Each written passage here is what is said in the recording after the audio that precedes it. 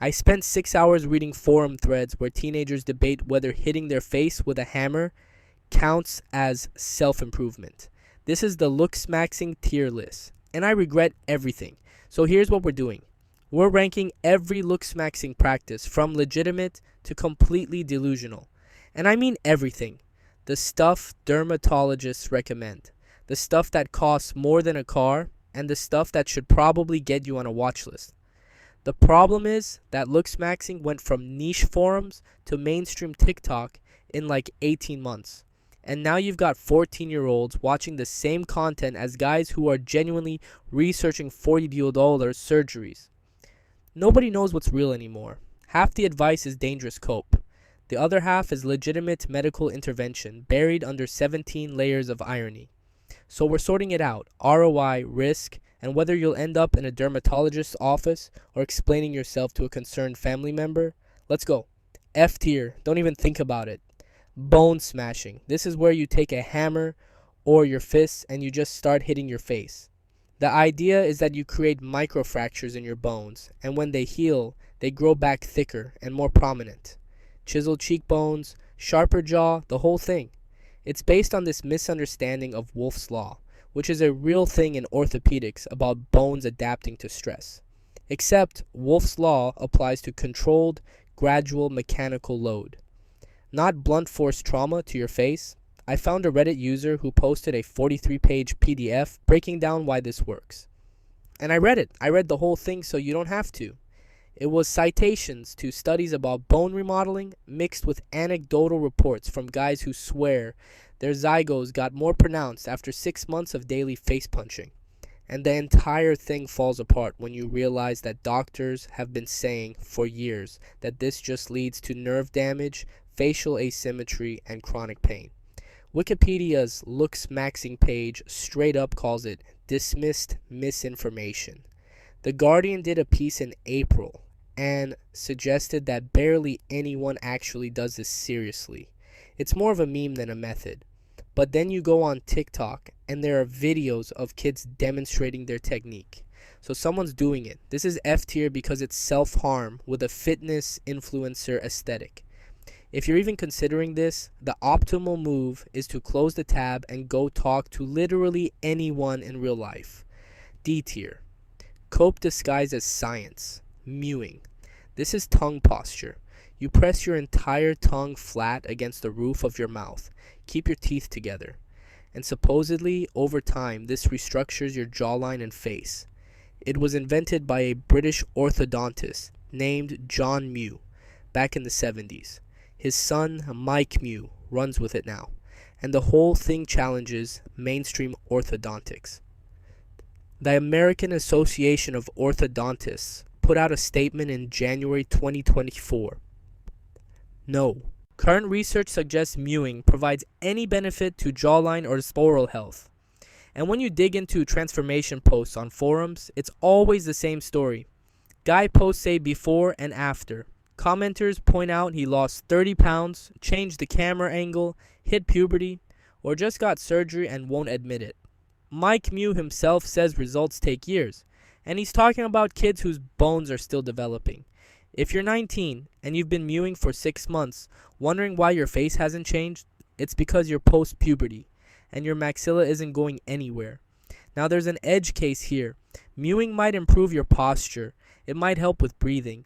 It's not going to hurt you, but it's also not going to give you a jawline. So it sits in D tier. Not dangerous, just a waste of mental energy that could have gone toward anything else. MK637. This is a growth hormone secretagogue, which means it tells your body to produce more growth hormone and IGF-1. The levels go up by like 100 to 150%. People take it because they think it'll grow their bones, make them taller, give them more prominent facial features. It's not technically a peptide or a steroid, it's oral. You can get it pretty easily. Forum users report maybe gaining a millimeter of bone mass after years of use, maybe slightly more prominent cheekbones, and most of them admit it could just be aging or placebo. The consensus is if you're going to mess with growth hormone, just do actual HGH. MK757 is the budget version that doesn't really work. And it won't work after puberty anyway. Once you hit Tanner stage 5, your growth plates are fused. You're done. The bones aren't moving. So you're taking on the risks, insulin resistance, diabetes risk, for basically nothing. This is D tier because it's expensive cope with side effects. You're better off spending that money on literally anything else. C tier, situational, not universal. Fillers and implants. Fillers are temporary injectables. Implants are permanent surgical additions. Both add volume or structure to your jaw, cheeks, chin, whatever you're trying to enhance. When they work well. If you have a weak chin or hollow cheeks and everything else is fine, fillers can fix that specific deficiency without going full surgical. Forum users say implants can do like 75% of what jaw surgery does if you've got decent lip support and you're not severely recessed. The problem is execution. If it's done poorly, you end up in uncanny valley territory. And if you don't actually need them, you just look weird. I've seen filler migration photos that haunt me. Like, I'll be trying to fall asleep and I'll just see that face. So it's C tier. High reward for the right person. Disaster for the wrong one. Proceed with extreme caution and a good surgeon. B tier. High ROI for specific problems. Rhinoplasty. Nose job. If your nose is a major flaw and it's disrupting your facial harmony, this can be transformative. It's way more accessible than jaw surgery. Lower costs, less invasive, faster recovery. You're looking at 5 to 15,000 instead of 40 plus. And it's an established procedure. Results are predictable, but here's the limit. Rhinoplasty fixes your nose. It doesn't fix recession. It doesn't fix weak bone structure. If your problem is your jaw or your maxilla, a nose job won't help. So it's B tier. Transformative if your nose is the issue. Useless if it's not. Hair transplant. If you're past Norwood 3, this is life-changing. Hair loss tanks your perceived attractiveness. Everyone knows this. A hair transplant restores you to your baseline. It's not ascension. You're just getting back what you lost. Multiple forum users list this as one of the most transformative procedures, depending on how far gone you are.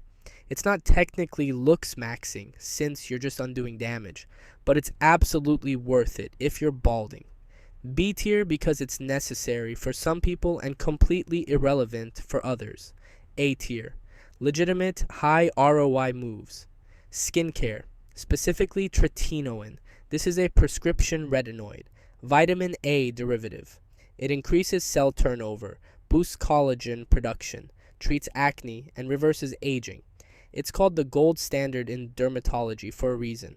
Forum users call it almost model tier skin after consistent use. There's research in the Journal of Cosmetic Dermatology backing this up. It actually works. The catch is it takes months. And the retinization period sucks. Your skin gets worse before it gets better. You have to ease into it or you'll just destroy your moisture barrier. But the cost to benefit ratio is insane. $30 for a tube that lasts months. And it works for basically everyone. This is A tier because it's accessible, it's proven, and it's one of the few things in looksmaxxing that's universally agreed upon as legitimate. Jaw surgery, Bimax, double jaw surgery. They advance both your upper and lower jaw, sometimes with counterclockwise rotation. This is a medical procedure. It's used for sleep apnea, bite issues, severe recession. It costs $30,000 to $50,000. Recovery is brutal. Forum users who've had it report being extremely happy with the results. We're talking 13-degree rotations, 30mm advancements. For someone who's legitimately recessed or deformed, this is genuinely life-changing. The consensus is it's a game changer if you actually need it. But here's why it's A tier and not S tier. It's $40,000. It's invasive. It's a long recovery. And it's overkill for anyone with mild recession. If you're a normal looking person trying to min-max into Chad territory, this is not the move. This is medical intervention for people with actual structural problems. So it's A tier, highest ROI for the smallest percentage of people. S tier, The fundamentals: lean maxing, going to the gym, losing body fat to reveal your bone structure, building muscle so you don't look like a string bean, getting down to 10 to 15% body fat. This is non-negotiable. If you're above 15% body fat, nothing else you do matters. Your jawline is hiding under your face. Your cheekbones don't exist yet. Everything is smoothed out by subcutaneous fat. Forum consensus puts this as one of the two biggest game changers in looksmaxxing, right alongside jaw surgery. And the ROI is absurd. It's free. It improves your health. It's universally beneficial. I've seen guys transform just by losing 20 pounds, and suddenly their jawline existed the whole time. They were just carrying it under a layer of fat. This is S tier because it's the floor, not the ceiling. You don't get to skip this and jump to the expensive stuff. You start here. Everyone starts here. And then there's coping. Unironically. Sometimes the optimal play is logging off. There's a study from Dalhousie University that found looksmaxxing forums can be genuinely caustic to self-esteem. Terrible critiques, echo chambers. There are posts encouraging people to harm themselves. It gets dark. And at some point, if you're spending $40,000 on surgery for a 5% improvement, or you're obsessing over features you can't change, the highest ROI move is to just stop. Mental health is also ROI. Knowing when you've hit diminishing returns is a skill. This isn't about giving up. It's about recognizing when you're past the point where any of this actually improves your life. Some people need to cope, and that's fine, so it's S tier. Because sometimes the real ascension is closing the forum and going outside. Here's the actual hierarchy. You do S tier first. Lose the weight, build the muscle, fix your skin, get your mental health in order. If you're still not where you want to be, you move to B tier. Rhinoplasty if your nose is the problem. Hair transplant if you're balding. A tier is tretinoin, and maybe jaw surgery if you're legitimately recessed. Everything else is either situational or cope. The trap is jumping straight to hard maxing without exhausting soft maxing first. Most people never needed to go past B tier. They just didn't want to do the boring stuff. And here's the uncomfortable truth. Genetics set the ceiling. Looksmaxxing just gets you closer to your potential. You're not turning into a different person. You're becoming the best version of the person you already are. Which sounds like a motivational poster, but it's just true. I just ranked self-improvement methods like they're characters in a fighting game. I spent an afternoon reading medical studies and forum posts about facial bone density. This is what the internet does to people. Anyway, I'm gonna go outside and remind myself what sunlight looks like. You coming?